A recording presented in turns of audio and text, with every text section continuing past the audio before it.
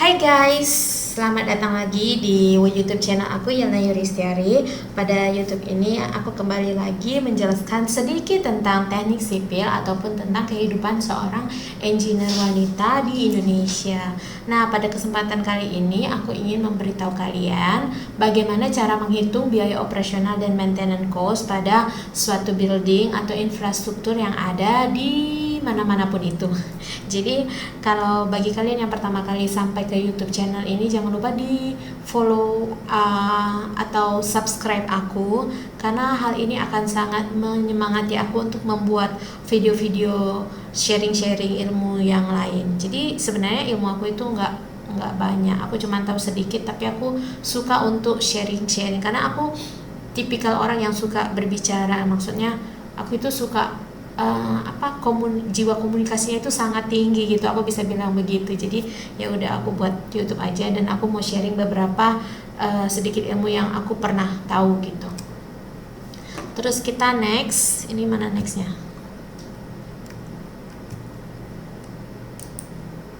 Oke, sorry.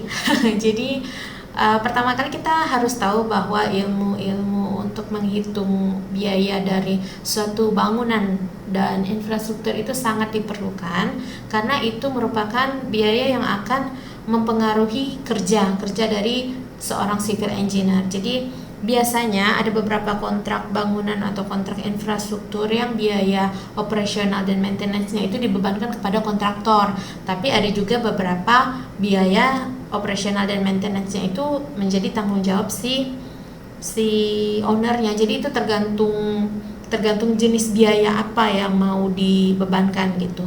Kemudian kita sebagai civil engineer, kita harus paham tentang biaya maintenance dan operasional ini akan mempengaruhi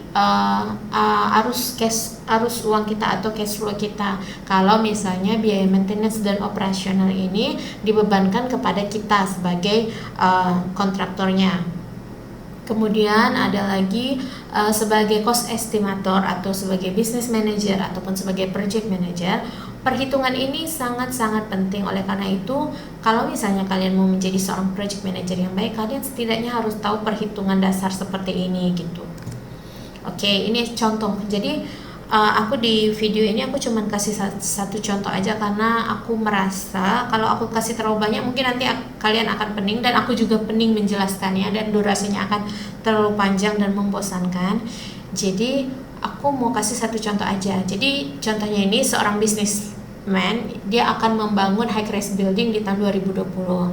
Jadi ceritanya nih, seorang businessman dia mau bangun sebuah bangunan di tahun ini, dan ceritanya nih di tahun ini juga bangunannya itu selesai. Jadi setelah setiap tahun setelah handover, setelah bangunannya itu selesai dan diserahkan kepada si businessman ini harus menyediakan biaya operasional dan maintenance itu sekitar 100 juta rupiah. Itu setiap tahun ya, berarti tahun 2021 100 juta, 2022 100 juta, 2023 100 juta dan seterusnya. Jadi berapa biaya yang dia perlukan sekarang? Jadi ceritanya nih, dia mau menyiapkan biaya operasional dan maintenance-nya itu sekarang, yang mana biaya itu bisa mengcover biaya operasional maintenance sampai tahun 2070. Jadi dengan asumsi I atau interest-nya itu 9% flat. Jadi flat itu maksudnya I tahun ke tahun itu sama 9% terus gitu. Oke, next kita masuk aja ke ini. Sebenarnya aku mau kasih tabel. Jadi kalau misalnya kalian belajar engineering ekonomi, nanti itu akan ada tabel, yang mana tabel itu kalian gunakan untuk perhitungan nilai uang terhadap waktu. Akan tetapi kadang di tabel ini tidak ada tahunnya. Maksudnya gini, misalnya kalau contohnya kan kita tadi itu kalau misalnya kita bisa balik nih ya, kita balik di sini kan, kita yang ingin kita cari itu nilai uang saat ini kan yang mau kita cari. Nah, yang kita sudah ketahui itu A atau annual. Annualnya itu 100 juta. Kemudian kita juga udah tahu N-nya. N itu adalah tahunnya. Tahun dari 2020 sampai 2070 itu 50 tahun, 50 years. Dan kita juga tahu I-nya itu 9%. Nah, kalau kita udah tahu semua ini, yang kita ingin cari adalah P, dan yang sudah kita ketahui adalah A. Jadi kita masukin rumus. Jadi ada rumusnya nih, rumus P per A. Jadinya rumus P per A itu sama dengan P itu sama dengan A dikali 1 ditambah I pangkat N dikurang 1 per I dikali 1 tambah I tambah 1 pangkat N. Nah, ini adalah rumusnya. Nih rumusnya nih, petak ini. Tapi kalau misalnya kalian nggak mau mengingat rumus ini, kalian bisa pakai tabel sebenarnya. Asalkan tabel itu menunjukkan persen yang kalian gunakan dan tahun yang kalian cari. Nah, ini contohnya nih. Kalau di sini kan kita pakai persennya 9%, sedangkan ini 10% kan. Jadi ya karena kita nggak punya tabel 9% ya kita nggak bisa pakai tabel. Tapi tabel ini kalian bisa cari di buku Engineering Economy. Itu ada di bagian belakangnya, itu ada tabelnya. Tapi menurut aku kurang lengkap. Jadi saran aku kalian supaya lebih advance, kalian pakai rumus aja gitu. Nah, kalau cara pakai tabel ini misalnya nih, kalau kalian pakai tahunnya 4, terus kalian mau cari P per A. Nah, kalau P per A itu kalian pakai yang ini nih. Misalnya tahunnya 4, ya udah kalian pakai di sini. Ini tabelnya. Nah, jadi ini yang kalian pakai nanti nih nilainya. Jadi nilai A ini, nilai A yang ini nih, kalian kalikan aja dengan 3,16 ini. Dapatlah nanti kalian nilai present value-nya. Tapi karena kita nggak pakai tabel, kita pakai rumus ya. Oke, kalian ingat rumusnya dulu atau kalian catat dulu. Oke, kalian catat. Oke, next kita tinggal masukin deh ke rumus. Jadi kan kita tadi udah tahu nih nilai anual kita. Jadi ya udah kita masukin ke rumus. Anual kita tadi 100 juta kan?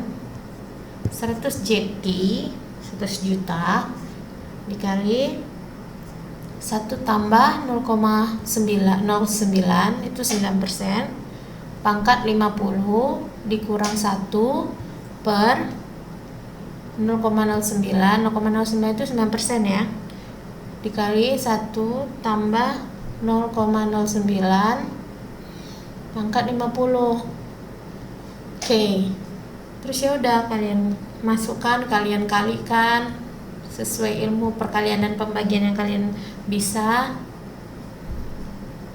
357 kurang 1 ini 0,09 dikali 74,357 terus sama dengan 100 juta 73,3575 per 6,6921. Nah, itu berapa hasilnya? Itu sekitar 1096 168 290 juta atau sama dengan 1,096 miliar rupiah.